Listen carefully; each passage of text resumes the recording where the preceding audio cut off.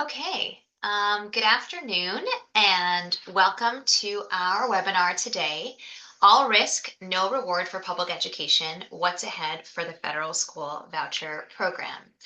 I'm Sasha Podolsky and I am one of the co-chairs of the National Coalition for Public Education and one of today's moderators. And I want to thank you for carving out time either live or if you're watching this later via recording to get a nuanced understanding of the new federal tax credit voucher program that became law last year as part of HR 1 or the One Big Beautiful Bill Act and the impact it could have on the public education system and students and funding in your state.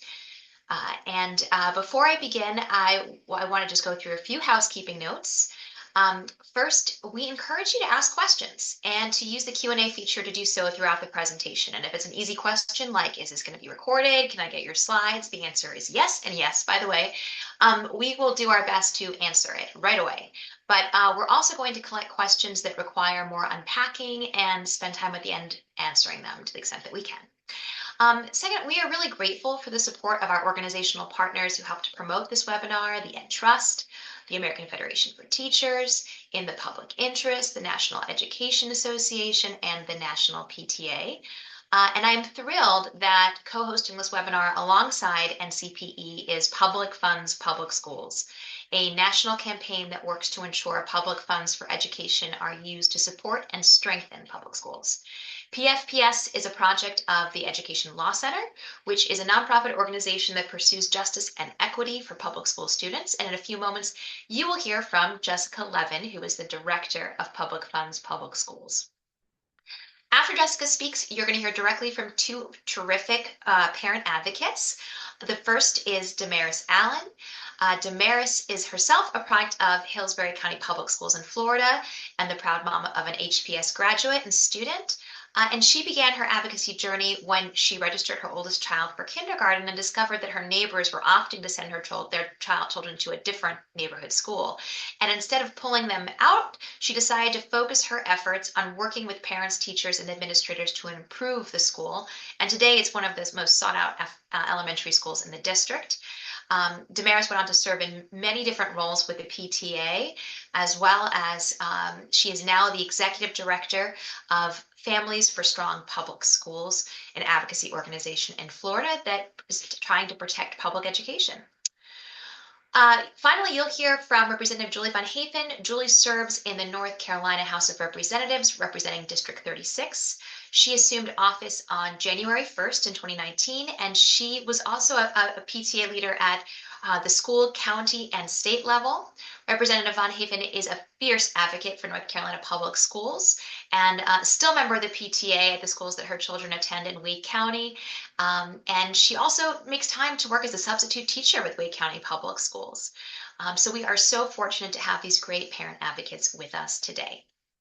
Now I'm going to go over our agenda. First, we're going to walk through where we are and how we got here. We are going to review what HR 1 says and does not say about the federal tax credit voucher program, and then analyze how Treasury is approaching its response to the OBBA and the regulatory framework it appears interested in applying. We'll also discuss how the new program poses significant risks for public school students and systems. And we'll then hear from our parent advocates about their unique perspective on the voucher programs in their states and the discussion also happening around opting into the program at the state level. We'll then wrap up with some Q&A. So let's not waste another minute. I'm going to kick things off with where we are right now. So the first thing you may be wondering about as we start off is, will this program impact my state? So I want to begin by sharing what we know now. And again, it is likely to change about how states are viewing this new federal tax credit voucher program. And this map shows you the latest in how states are viewing their possible participation in the program. You can see that 27 states have indicated they would like to opt in or are considering opting in. And 23 of those states are led by Republicans. I think, in addition to that, there are 23 states, of course, that means, plus DC, representing more than half of the school-age population, which have not made a decision or have decided to opt out. So That's the math on that. But what I think is most concerning to me is that 4 of these states that are considering opting into this program, the federal program would either be the very first time the state chooses to support private school vouchers, as they were either unwilling or unsuccessful in convincing state legislators to do so in the past. And so already the creation of the federal program is having a big difference in the privatization of education funding in a few states. But I want to talk about how we got here. So how did the federal tax credit voucher program come to be? I think, of course, it started with Secretary Betsy DeVos and the policy she promoted while as secretary that would redirect federal dollars to students in private school through a tax credit voucher mechanism. And while there are differences between her original proposal and what that passed in the House of Representatives last year, there are some very basic similarities in that the structure is designed to give give dollar for dollar tax credits to taxpayers who support nonprofit entities that underwrite the private school tuition for students. But since the end of the Trump administration and her departure as secretary, we went through a pandemic, and an extraordinary amount of money has been funneled into pushing private school voucher schemes across the country. Fellow billionaire like Jeff Yass have joined DeVos in funneling tens of millions of dollars into states to adopt private school voucher programs and just funnel dollars away from the public school system. And I think while the intention was always to redirect taxpayer dollars to private and mainly Christian schools, at the end of the day, as final negotiations in the Senate this summer were happening over the One Big Beautiful Bill Act, Republicans were forced to accept a technical concession that the voucher program they had carefully constructed would also be able to some extent support public school students as well. So grafted on to this private school voucher program suddenly became this opening to potentially fund public school programs and students. And we'll talk about that more in a minute. But even with this change, the vote to exclude the program from the final bill narrowly failed. It was a 50-50 heartbreaking vote, with J.D. Vance casting the vote to include it. And so before we get into the requirements of the federal program, I want to make sure that everyone understands how this works. It's still a pretty complicated program. So under the law, individuals can contribute up to $1,700 if you're married, or $1,700 for individuals, excuse me, or $3,400 if you're married, to a nonprofit entity called a scholarship granting organization. And this organization is tasked with collecting these contributions from taxpayers and then selecting the students and schools who will benefit from these funds. And in return for the contribution, an individual can then remove $1,700 in their own tax liability from the federal tax return. So if I owe $10,000 in federal taxes and I donate the full $1,700 to the scholarship granting organization, now I only owe $8,300 in tax.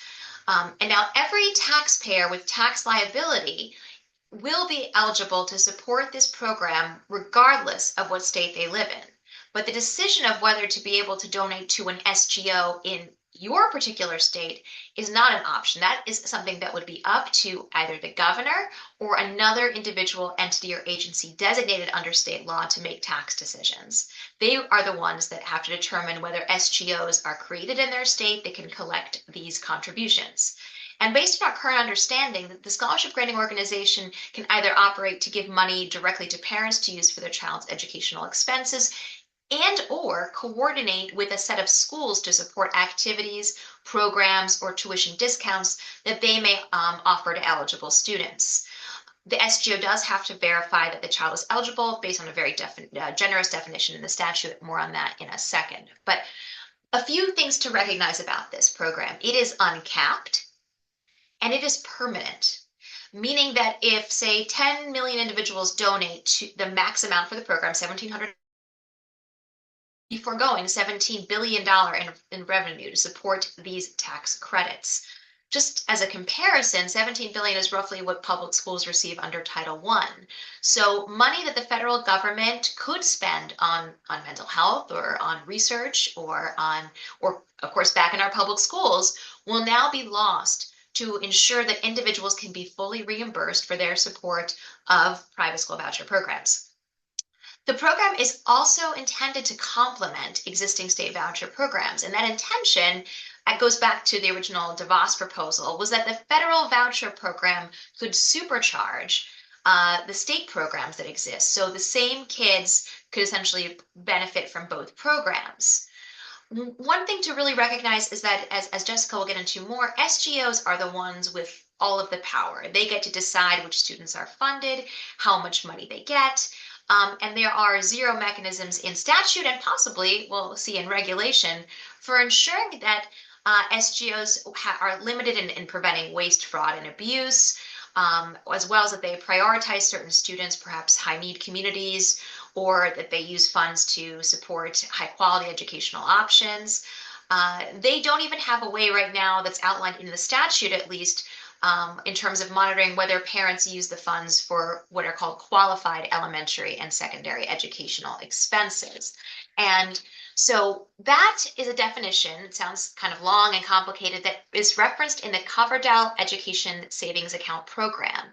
And given the program's origins, of course, that is intended to encompass tuition and fees and uniforms, and if we're thinking of boarding school, expenses for room and board too, but it also covers transportation, books, supplies like the purchase of a new computer or other equipment, as well as academic tutoring and what is loosely defined as supplementary items and services. And some people believe that that could encompass after school programming or summer school programming, though that's not crystal clear.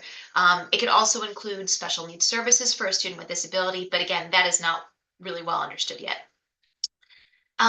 And as mentioned earlier, the SGOs have to ensure the money is directed at kids who are part of a family that makes 300% or less of the area gross median income. Complicated definition. What that looks like in a number of states is that the kids in a family of 4 who make over $500,000 could qualify for these funds to support their child's, say, private school education. The SGO also has to make sure that a student is eligible to enroll in elementary or secondary school. So can't give it to a kid in college, can't give it to a little one in daycare. The SGO would still, again, have the discretion to select which students they work for. And they would have to prioritize vouchers for siblings of kids who have them. So if there's a situation where you have 3 kids, the oldest child gets a voucher in 2027, then they would have to prioritize helping the siblings of that child before working with new families. The statute also requires that the SGO meet some very basic requirements. For example, they cannot just serve one school. They have to have a minimum of 10 students from 2 different schools. So, for example, St. Joe's cannot be an SGO down the street, but St. Joe's could partner with the sister school, St. Mary's, and they can be connected as an SGO. The SGO also has to keep funding for tax credit donations separate from other money they receive. They can't collect scholarship money for other purposes. They also can't hold on to more than 10% of the donation. So that means that for every $1,700 that they receive, they can keep up to $170 for advertising and marketing and managing donations. And again, verifying the top 10% wealthiest families don't access these funds, because that's roughly what 300% AGMI equates to. So now that we've gone over the requirements for the program that Congress agreed to, I want to talk about where we are now, and which is how the Department of Treasury and IRS will interpret the regulations for the program. So this timeline shows you where we are and what's to come. In November, Treasury issued a notice for comment where they outlined some of the issues they're interested in getting feedback on from stakeholders, and also gave us some examples of how they're thinking of approaching the regulations. Their goal, as far as we understand, is to issue guidance as well as proposed regulations this spring so that they can finalize regulations by July 1st. And once the regulations are understood, I think states will then have some more information that they can use about whether to continue to opt in potentially or whether not to opt in. And then by December, a state that chooses to participate would have to submit a list of the SGOs that will be operating in their state. And then next January, taxpayers can begin to donate to SGOs to claim a tax credit for the 27 tax year. One thing I want to emphasize, though, is if a state determines they don't want to opt in this year, there will be an annual opportunity for them to do so. Remember, it's a permanent program. So what does that mean for advocates? It means that if you're in a state that won't participate this next year, that is not the end of your advocacy. You will need to fight to keep them out each and every year. Similarly, for states that have said they want to opt in, that's not the end of the road for you either. This is something that you can and should make a focal point of your election related advocacy. So with that, I am going to turn it over to the brilliant Jessica Levin to talk about the regulatory approach to the program by the Trump administration. Hey, thank you so much, Sasha. As Sasha said, I'm Jessica Levin. I'm the litigation director at Education Law Center and the director of our Public Funds, Public Schools campaign. So I'm so glad that you all have joined us to learn more about the federal voucher program. And I'm going to talk about some of the likely contours of what the program will really look like. Now that Sasha has given us that very helpful overview of the statute, I'm going to dive a little deeper. Now, all voucher programs are harmful to students, to public schools, and to communities. But in the context of hundreds of proposed and enacted voucher laws that we've studied, especially over the last decade, this is an extremely hurtful incarnation of an always dangerous policy. Next slide. So one of the most enlightening sources that we have about the likely contours of the federal voucher program is the request for comments that was issued by Treasury and the IRS in late 2025. This was not a set of proposed regulations.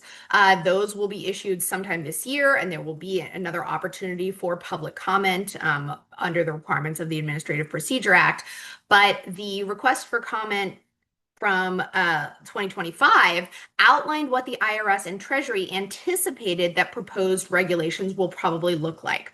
So one of the biggest questions about this federal voucher program since the statute was enacted last summer is what type of control states will have over scholarship granting organizations, SGOs, and therefore over the program as a whole. And some state officials, for example, have announced that they would need certain control in order to feel comfortable opting into the program. Directly relevant to that question, the request for comment from IRS and the Treasury Department stated, and this is the quote on the slide, the Treasury Department and the IRS anticipate that the forthcoming proposed regulations would provide, consistent with this section of the statute that's cited, that the state list must include all organizations located in the state that have requested to be designated as an SGO and that meet the Section 25FC5 statutory requirements. And as Sasha mentioned, those requirements in that section of the statute pertaining to SGOs are pretty minimal. And it looks from this explanation laying out the likely regulations that states wouldn't have really much or any flexibility beyond that. So next slide, please. If the regulations that are ultimately proposed and promulgated do look as described in the request for comments, what will that mean for state-controlled SGOs and therefore of the voucher program? Well, states that opt in won't have much flexibility or control at all if they have to include on the SGO list any SGO that meets the minimal statutory requirements. States likely won't be able to exclude SGOs that don't meet their vision of how the voucher program will operate. So they likely won't be able to require SGOs to exclusively award funds to public school students and public school connected uses. For example, if a state had hoped to opt in and direct most of the money to public schools, that likely won't be possible. They wouldn't even, under this iteration of likely regulations, they wouldn't even be able to require an SGO to include public school uses. An SGO would be able to just exclusively give vouchers for private school tuition, for example. It's also likely that a state wouldn't be able to require SGOs to ensure any academic quality, oversight, or reporting requirements, any civil or disability rights protections, any protections of parents' right to know things, such as the loss of rights that their student will experience if they take a voucher. It's unlikely that states would be able to target the vouchers to low-income students in public schools. It's unlikely that they would be able to impose fiscal controls or accountability beyond the minimal requirements that are in the statute. And it's unlikely that they would be able to enact or enforce any protections against waste, fraud, or abuse. Why were so many people hoping that states would be able to impose these requirements on SGOs? Because we know that these are all major problems in state voucher programs that really need to be regulated. But unfortunately, it doesn't look like states will be able to do that. There is one thing that the request for comment indicated that states will be allowed to do, in fact, that they will be required to do, which is undertake themselves the onerous and potentially very costly task of verifying that SGOs do meet the minimal statutory requirements. So that burden would be put on the state, which is another reason that it's not free money for a state. Next slide. So we can see that these likely contours of the voucher program as laid out in the request for comment are in line with the desires of organizations that promote private school voucher programs. For example, is one of many examples, the comments submitted by the America First Policy Institute agree with some of the likely proposed regulations described in the RFC and suggest others. So not only do they contend that governors and states should not be permitted to exclude SGOs that meet the law's requirements, the statute's requirements, but also that SGOs should be regulated by and accountable to the IRS and Treasury rather than agencies in covered states. They say the appropriate role for states is simply to compile a list of eligible SGOs. They also want additional restrictions on public school students' ability to access funds. They write, a public school should not receive scholarship funding from any student to provide any service, program, or activity for which it already receives public funds. And they want SGOs, not states, to be in total control of who gets vouchers. They say SGOs should have discretion to award scholarships to students receiving educational services. Next slide. So, Education Law Center and our Public Funds, Public Schools campaign, unfortunately, we do not believe that the theoretical possibility of public schools and public school students receiving some money from this program is enough to justify states opting into the program. Because one, the amount that public schools and students receive is likely to be very small compared to the wide door that a state would open for private school vouchers if it opts in. And second, because any money received for public education would have its benefits far outweighed by the harms of the much larger private side of the program. And one of those harms is draining enrollment and therefore funds directly away from those public schools that some hope can receive funding from the program.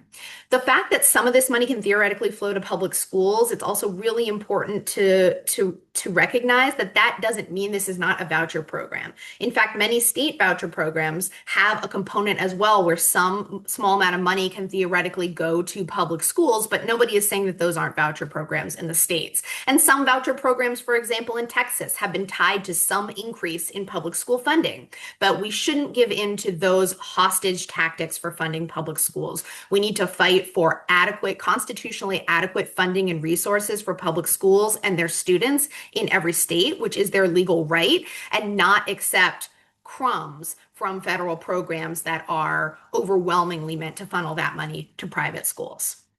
I want to elaborate on the last point on this slide that any SGO that's attempting to attract donations for public school uses, and many of those would be small or new to the scene, will have to compete with well-resourced, much larger private school SGOs that have infrastructure and advertising already set up.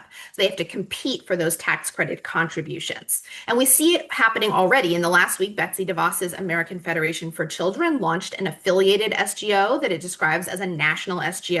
They say it already has over $10 million secured for, quote, an ambitious national awareness campaign about the federal voucher program.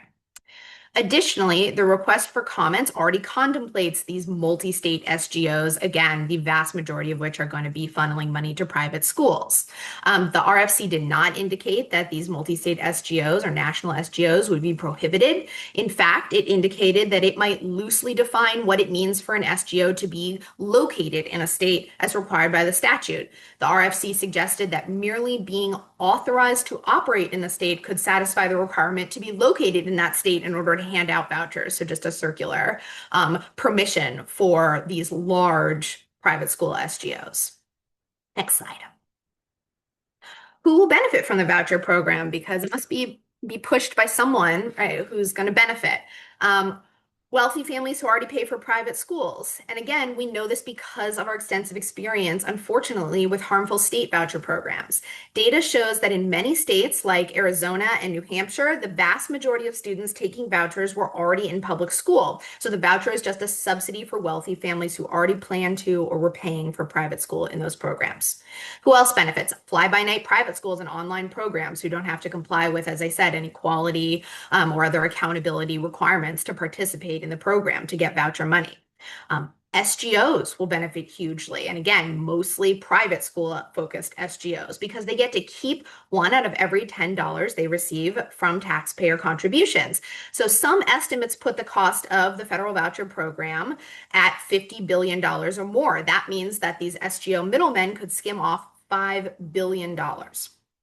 Who else benefits? Private schools that are hoping to increase their enrollment or raise tuition, as we've seen in state voucher programs. Religious schools, which comprise the vast majority of private schools. Vendors selling SGO's products to implement the program, other businesses pushing educational resources. And the last item here is the federal debt. The federal debt doesn't benefit from this program, but it's important that we all recognize that when the government takes in billions less in taxes, expansion of the federal debt is likely. Next slide. Just a little more info about the predominance of religious schools in the private school arena. Nearly 80% of private school students attend a religiously affiliated school. We've got some state-specific statistics there as well. And remember that religious schools have even more exemptions under federal civil rights and disability laws than private schools generally. And they are also often the schools, though not exclusively, that have discriminatory policies. So, for example, 156 private religious schools getting voucher money in Florida in 2019 had explicitly anti-LGBTQ views. Next slide. Who does the program harm? Well, pretty much everybody. The 90% of students who are in public schools that will lose significant funding, the students who take vouchers and lose their civil and disability rights, and the public in general who are likely to see their tax dollars abused and wasted. And again, we're not guessing at these harms. We are looking at empirical evidence from dozens of states operating large voucher programs. Next slide. A little more explanation of how a federal tax credit voucher harms public schools, because it's true that the funding for this voucher program doesn't come directly from public school appropriations.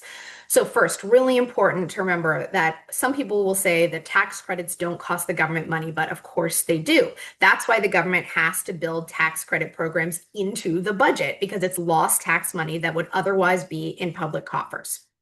So tax credits reduce the money the government has available to pay for public goods like public education, because public funding is a finite pie. And in this case, it's the federal pie.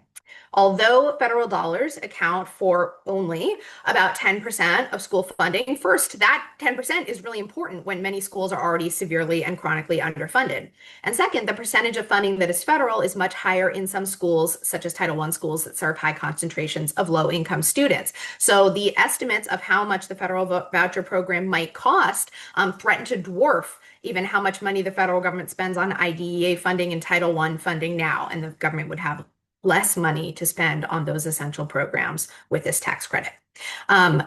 Additionally, public school funding is based in significant part on enrollment. So when students leave their public school district to take a voucher, the district loses money, but it still has fixed costs like facilities maintenance because it can't shut down buses or cafeterias or the electricity. And it likely also will now have a higher concentration of high need students, such as students with disabilities who private schools often refuse to serve. And one more point here is that it's not uncommon for families to take a voucher, put their child in private school, and then leave midway through the year because their child's rights are being violated or they're not getting a high quality education. They're of course welcome back in the public schools, but many times the funding doesn't go back to the public school. It's already lost and wasted on the voucher for private school tuition. So even though this program is here, this program is enacted, why is it important for states to opt out? Because the more states that opt in, the more SGOs that are authorized to participate, the more vouchers will be given out, the more money that will flow away from public schools that critically need it. Next slide. I'm not going to say much here because I think many of you know this, and there are plenty of resources on the Public Funds Public Schools and NCPE website about the harms that vouchers inflict on students that take them. But growing evidence shows that vouchers actually harm educational outcomes for participating students as compared to their public school peers, and that voucher students lose many of the civil rights protections that apply to public school students. The federal voucher law has actually no anti-discrimination provision for either schools or for SGOs, so that's two layers of potential discrimination. And many private schools do have discriminatory policies. This isn't theoretical. They're right there on the website or in the handbook. And many of our state partners have collected, compiled examples of these policies. Next slide. Students with disabilities, as I mentioned, lose most of their rights under IDEA in Section 504. They lose their right to a free and appropriate public education in the least restrictive environment, not segregated from their non-disabled peers.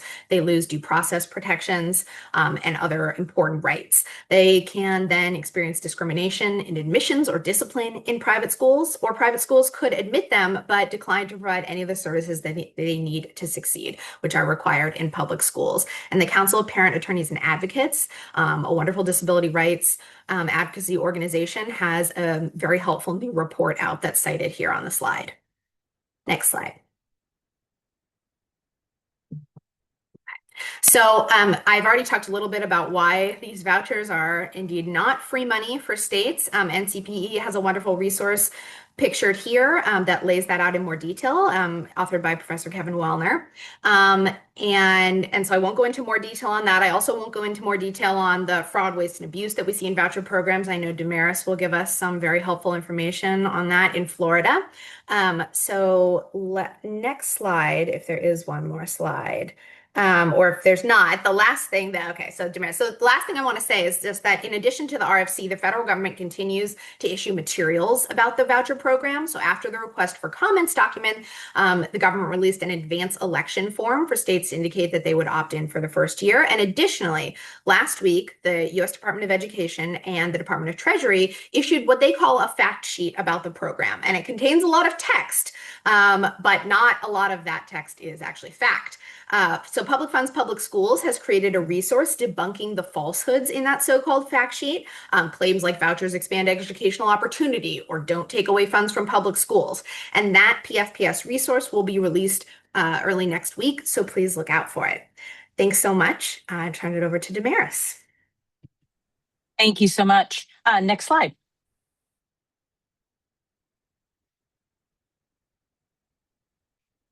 Next slide. Oh, there we go. Perfect. So first, I thought it would be helpful to start out with how vouchers have expanded in Florida with just a little bit of context. This is our timeline of voucher expansion. As you can see, we started moving pretty slowly and then had a rapid expansion over the last few years that has really contributed to a lot of the challenges we have been facing in Florida. Next slide. So we expanded to a universal voucher program, and that really opened up the door to all of the waste, fraud, and abuse. As you can see here from headlines, there are the ability to purchase a ton of things that may or may not have an educational benefit has been expanded. Our PEP, which is our homeschool voucher students, have been recorded as purchasing things like Disney tickets, kayaks, big screen TVs, patio furniture, all kinds of things. And as the voucher program expanded, our scholarship granting organization really struggled to keep up with the demand. And so we saw, especially in the first year, that private schools weren't getting payments. Private schools were closing, parents were getting payments for things happening. They just weren't able to keep up, which caused a huge amount of trouble in our schools. And in addition to that, we saw that private schools did end up closing because of that. There was an article from 9/26/23 right after our school starts in August, and that's important information, that about only 26% of the funding had been received by the schools. And so you can imagine that this not only put our public schools in peril because then some students ended up moving back, but it also made the private schools themselves struggle. Next slide.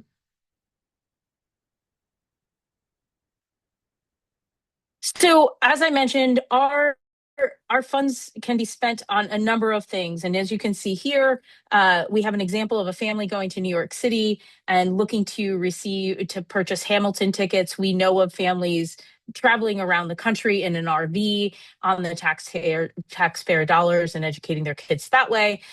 In addition to that, there are some real concerns. We live in Florida, and so we have hurricanes. And while our public schools are prepared to be sheltered and withstand the hurricanes and be up and running quickly, our private schools are not. And so you can see an example here of a school that closed down for a month during Milton, and all of those students, at least a month, all of those students moved to a public school, and the funding did not follow those students. And then we constantly have challenges where parents, especially those who take either the homeschool voucher or our UA, which is for our students with we say unique abilities in Florida, they'll take a voucher and still stay in our private schools and use those voucher dollars for additional funding. Now, this is not legal, but there is a great deal of misunderstanding, and it is causing us to have double payments and costing the state of Florida, because this is going unchecked, an enormous amount of money. Next slide. So the other thing, I think I'm missing a slide. So the other thing I think this is important to recognize here is that, as was mentioned, that some scholarship granting organizations have already applied and already planning to be an organization that is going to handle this on the federal level. So this is an example. Step Up for Students is a great example of an organization that is funding locally that struggled throughout all this, which I'll talk about in a minute, to keep up with demand, to be accountable to taxpayers, to be accountable to legislation. Yet they are already advertising that they are going to be a provider for this new federal tax credit voucher. Next slide. And so this year, after a scathing report from our Auditor General, our Senate has decided to try and put some guardrails on our voucher program. However, that is not moving forward. And that is the concern with all of these, is that once the horse is out of the gate, as some would say, it is hard to bring it back in. And so we are in a place right now where we were funding about 30,000 students every day that we could not account for where they were. And so that's at a tune of a price tag of about $270 million that we were throwing away without knowing where those students are. And while our senators have tried to put some guardrails, there is no movement in the House, which means that it looks like we will be heading into, if things don't change rapidly, it looks like we'll be heading into another year of us spending money without any accountability. Next slide. And this all came about because our Auditor General released a report really showing that the money did not follow the child. Basically, he said that anything that could go wrong with this voucher program has gone wrong. And he cited the rapid expansion of vouchers as being part of the problem. And that's some of the concerns we have with the federal voucher as well. And as we were looking through this, Step Up more, we only have 2 scholarship granting organizations. Step Up, more than AAA, seemed to have most of the issues. They had issues with processing and managing payments, tuition payments, payments to parents. In addition to that, they had about 267 accounts with over $50,000 in the account, yet they kept funding that, accounting for about $2.1 million. And all of that is against the law. And so this is an organization that is struggling to work with Fidelity in Florida, and now they are looking to take on this additional federal voucher program. And I think it's so important that we recognize that we don't know what we're saying yes to if our state is opting into this federal tax credit voucher. Any of us on the call, if we had a friend who is making a purchase or doing something big and had to sign a contract without knowing the terms, we would tell them, don't do it. Don't sign a car contract to buy it if you don't know what you're getting into. And that's exactly what's happening here, is that our states are opting into something without them knowing what they are opting into, and it could have disastrous consequences for states. It could end up meaning school closures, additional expenses that we cannot sustain. Next slide. And I will pass this on to Rep. Julie. Well, hello, everyone. I'm Representative Julie Von Hafen. I represent a part of suburban Raleigh in the North Carolina House. And like was said before, I was a longtime PTA leader. I serve on the K-12 Education Committee in the North Carolina House. And so I'm going to first give a quick overview about the North Carolina program, similar to Damaris. A lot of what she said is very similar to what's been happening here in North Carolina. So our voucher system was first introduced back in 2013 with the first appropriation back in 2014, 2015. And as you can see on the slide, we have two different programs in our state as well. What we call our Opportunity Scholarship Program is our private school voucher program. And then we have an ESA program, Educational Savings Account program for students with disabilities. I'm not going to really focus on that program because as you can see, the purple bars on this chart show the massive expansion of our Opportunity Scholarship Program. So the first year that the program was funded, it was funded at about $14 million in the first year, and it was targeted to families with low incomes looking to leave public schools. And each year, our legislature has increased that funding, even though millions were left really unused every year in the program. It's ranged from, about $2 million unused to up to almost $20 million unused during the pandemic. So in 2021, our legislature gave about $500,000 to market the program, and we doubled that in 2023. So we are pushing this program on the people of North Carolina by marketing it, spending a lot of money to make sure that people know that there's this free, taxpayer money that they can use. But more significantly, in 2023, we eliminated the income requirements for the program, and we eliminated the requirement that students had to be enrolled in public school. Well, as you can see from this chart, that resulted in a massive expansion of the program to what, like Damaris said, like a universal voucher program that anyone can take advantage of. We also had a dramatic increase in funding, adding $30 million every single year in recurring funding. So fun fact, we are the only state in the country that has not passed a comprehensive state budget this year. We were supposed to pass it by July 1st of 2025, and we have not done that.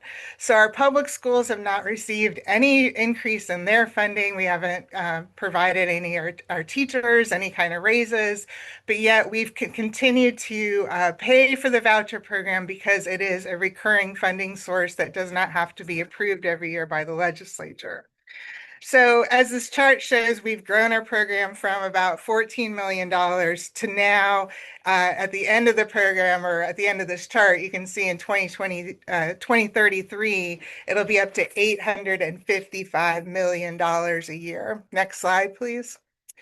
So by 2032, 2033, we will be spending over $900 million every year on our private school voucher program. And the total amount from the beginning of the program till then, our state would have spent about $9.7 billion on private school vouchers. Next slide, please. So the use of vouchers has clearly dramatically increased with those changes in eligibility passed in 2023. The dollar amount of our vouchers has also dramatically increased from about $4,200 a year to now about $7,686 per student. And you can see the voucher money that's been distributed to students and the dramatic increase we had in this past school year. Next slide. The other thing you can dramatically see in this slide is the amount of students, or the number of students using opportunity scholarships dramatically increased with that expansion in 2023. Next slide. So the messaging around our voucher program has always been about providing a choice to students, students that want to leave our public schools because the public school is not meeting their needs. But essentially, as you can see from this slide, that has been completely debunked because now 85% of our voucher recipients in North Carolina were already attending a private school. So, meaning that people might have been attending this private school for years, and now all of a sudden they can apply for and receive a taxpayer-funded check to pay for that tuition that they had already been paying for. So only 15% of students that received a voucher this year left a public school to get that voucher. Next slide. And as we know, as from what Jessica was talking about, we know that vouchers are primarily serve white students, and in our state, a majority are wealthy students, for further increasing the divides and disparities in our North Carolina schools. Next slide. So we continue to overfund the program. Like I said at the beginning, you can see in the slide, based on the amount of vouchers that have been distributed, the estimated cost for the next school year, for fiscal year 26, is that we would have spent about $571 million, but we funded it actually, or appropriated money at $762 million. So we're already almost $200 million overfunding this program, which again is pulling money away from our public schools, which are dramatically underfunded. We have one of the lowest per pupil spending rates in the entire country, and our teachers are one of the worst paid in the country as well. Next slide.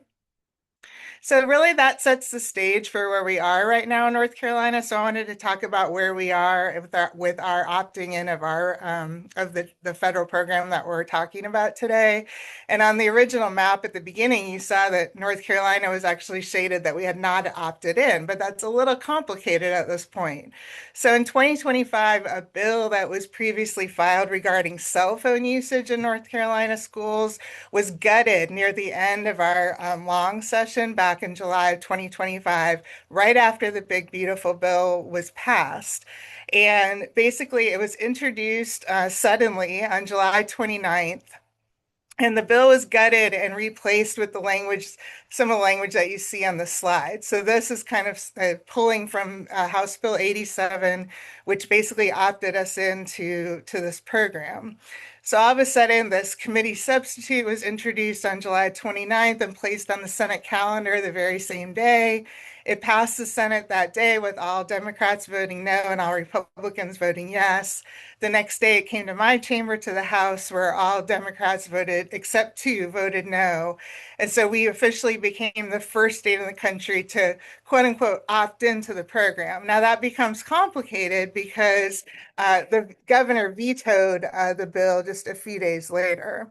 So I just wanted to quickly say that in my floor speech, when I talked about this bill, of course, I pointed out a lot of the things that we've been talking about today, and the fact that this, when the bill was introduced, the bill sponsors talked about how this wouldn't cost our state any money, and how, it was basically just an extension of our already very successful private school voucher program. But in my floor speech, I talked about how, this would be a fiscal disaster for the country with this unlimited amount of tax credits. There was no transparency, and it was really ignoring our public schools. Next slide. So the bill was vetoed by our governor, a Democrat, on August 6, 2025. And since then, we've had several votes on veto overrides, but this bill has not been brought up for a vote. So you can see in our governor's veto message, he emphasized his hope, I would say, quote unquote, that the federal government might allow the program to be used to benefit public schools. But in my opinion, that is why advocacy at this time is so important. And I'm so happy that Jessica and Damaris talked so much about the fact that there's so much uncertainty about how this program is going to be implemented. And that's why advocacy is so important. And what's happening right now is that in our state, advocacy efforts are underway right now to convince the governor not to opt into this program. As you can see, he says that he feels that this bill is unnecessary, and that's why he vetoed it. But he still has that little opening to maybe opt into this program if it benefits public school students. But as we've talked about in this webinar, there's so many concerns about oversight of this program. North Carolina already spends a lot on administration of our private school voucher program, but it still doesn't have enough oversight. We know that the avenues for fraud are rampant, like we've seen in Florida and in North Carolina, where there's misuse of voucher money, money being paid to ghost students that we don't know like where they're going or what they're doing with the voucher money. And there's so many risks for the state to be put on the hook that if this funding program ends, then maybe the state will have to step in. And in North Carolina, we're facing a dramatic fiscal cliff at this point and don't even have enough money to operate the programs that we already have. We know that vouchers are extremely unpopular in North Carolina. All polling shows that they lack support. Unfortunately, in North Carolina, we don't have citizen-led ballot initiatives, but we know that voters in other states have soundly rejected these vouchers. And so advocates here want the governor to shift back to funding our public schools through a long-standing court battle that we've had here in North Carolina called the Leandro case, where, the Leandro case, if this case is actually funded like it should be, it would provide for the things that he mentions in his veto statement, like after school programs and tutoring. There's so many other ways to fund those programs, not through this federal tax credit program. So the status right now is I think that one of the reasons that this bill has not been brought up for a veto override is because the Republicans who support it do not have the votes to override the governor's veto. They don't bring up votes unless they know they have the votes to pass them. We also have a primary election coming up. We're one of the first states in the country to have our primary, and it's coming up on March 3rd. The two members who voted for the program in the Democratic caucus have primary opponents. And so I think we have to play into like the politics of what's going on right now in our state as well. So we have to wait and see what happens with this override vote. It may never get overridden, and then it would still be up to the governor. So our advocate groups here in North Carolina are continuing to push him and continuing to make sure that the public is aware of this program and the dangers that it poses to our public schools here in North Carolina. So thank you very much.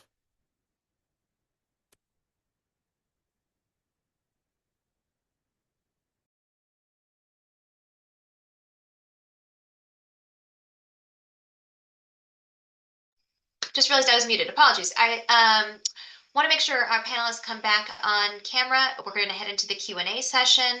I want to start. We've been getting a ton of questions, so much engagement. This is really great. With a couple of questions that are more technical for you, Jessica. People say, we get that, we may not know the answer to some of these questions until we see Treasury regulations, but do you expect any kind of guidelines to be issued for schools that accept vouchers from the SGOs? Again, we don't know, but I would doubt that there would be significant ones because the regulations are coming from the Trump administration. The Trump administration is pro-voucher and seemingly anti-regulations on voucher programs and protections for students. And the request for comment didn't indicate that there would be guidelines for schools. That would certainly be better than not having them, but that's where we see it going. Yeah, yeah. A few more questions about now public schools. And a couple of people asked, can SGOs be formed by people just to support kids only in public schools? Or can my public school district form an SGO or a group of public schools band together to form SGOs? Can you try to unpack that a little bit? That's for me as well. Yeah, I think that is possible as long as the statutory requirements, like being a 501(c)(3) and giving money to kids in more than one school and things like that, were followed. I don't think that's really in dispute. I think what we want to recognize is that the amount of money that will go to those SGOs is likely to be much, much smaller than the amount of money that will go to private schools. And that, as I mentioned, the private side of the program will actually draw a lot of money out of public schools, maybe much more than is able to be collected, even if there are public school only SGOs, along with all the other harms. Great, thank you. This question is for Damaris and Rep. Julie. There have been a lot of questions that we've gotten about what to do if your state has already opted in, and if there's anything that can be done, and also what public education supporters can do to spread the word about the risks of the federal voucher program, and how they can engage with governors to try and encourage them to opt out. Do you have any advice or insights on those things? Yeah, I would say that the most important thing is to educate people. So many people don't understand what this voucher program does or doesn't do. And so being a reliable resource, I think, is so important. And I think also continuing to open up the line of communication between you and your governor, sharing stories that you've heard, because people will inevitably, once you are a trusted source, people will inevitably come to you with stories of harm. They can't get their transcript, their student was denied services, all of these things you will end up hearing, and you can be a catalyst to share that information and share your concerns. And then also track if there is waste, fraud, and abuse. I say if, I should probably say when, but I think that piece is also really, really important. I'll just add in the chat, but he wrote the link to the organization in our state, Public Schools First, North Carolina, is doing an advocacy campaign and letter writing to our governor about this very topic. So you might want to check out their website and that advocacy campaign, because it might give you some really good ideas of how you can connect and what the language that you should be using with your governor to convince them not to opt into the program. Great, great answers. That's a great recommendation too. Jessica, do we have any indication of how the federal program will interact with state voucher programs? Or do we expect to understand the interaction of them more clearly when the federal regulations come out? Great question. Perhaps, I mean, I think the basic interaction is that many states may end up having both state voucher programs and the federal program. And you can't take like a double dip credit for tax credit for a contribution, for a single contribution. But you may be able to get both a state and a federal voucher and stack them on top of each other. You're on mute, Sasha. Sorry about that. We've got a lot of questions about resources, so I wanted to run through a couple of them, but I know you might all have others to flag as well. People were asking, what can we do to better understand these programs and provide information to our legislators and others? And so I wanted to flag a couple of great resources that NCPE has created. We have first on this list the Landscape of Risks report, which are all arguments that we've gone over in great detail today in one document. So highly recommend that. The federal tax credit money is not offering free money for states is kind of again, it's something we talked about, but it's a quick memo that summarizes some of these issues, because of course that argument we're hearing over and over again in some circles that you can't say no to this, it's free money, and so that addresses this issue. If you're interested in trying to figure out what families would possibly benefit and the kind of the wealth cap of the families that would benefit. We have a quick calculator here that you can connect to determine what 300% AGMI in your state looks like. We also have a brand new toolkit addendum that we just published yesterday that it follows similar toolkits that we've done, that looks at a variety of the different policy arguments that are being made about voucher programs right now and how to rebut them. I would also, before I hand it back to Public Funds, Public Schools, want to highlight a few others from some of our partner organizations. Already we mentioned the COPPA Private School Choice Program report that talks about how students with disabilities are and are not served in school choice programs. The National Center for Learning Disabilities has a great report they did looking at the implications for students with disabilities in private school voucher, ESA, and tax credit programs. In addition, the Southern Education Foundation has an excellent report they just issued looking at the troubling history of school privatization efforts. And our friends at LDF also released a great statement for the record last week when we had a hearing in the Senate on about the segregative effects of voucher programs. Jessica, anything you want to highlight from PFPS? Yes, in addition to the resources specifically about the federal voucher program, please utilize our other general fact sheets and other advocacy resources, the bill tracker, explore the website, get in touch with us if you need help on any of these issues. And I just want to say, don't give up. Even if your state has said they're going to opt into the voucher program, it's a yearly opt-in. It doesn't necessarily have to be that way in the future. It's not just the message is not just don't opt in. The message from us is continue fighting for full and adequate public education funding for all students, as is their constitutional right. And we are, I think, all here to help you. So thank you to NCPE and all our co-sponsors and for letting us participate in this important conversation. Yes, thank you for joining us. Thank you to Julie and Damaris and Jessica. And you'll definitely be getting a recording of this and this PowerPoint deck very soon. So thank you again for spending an hour with us. Have a good one.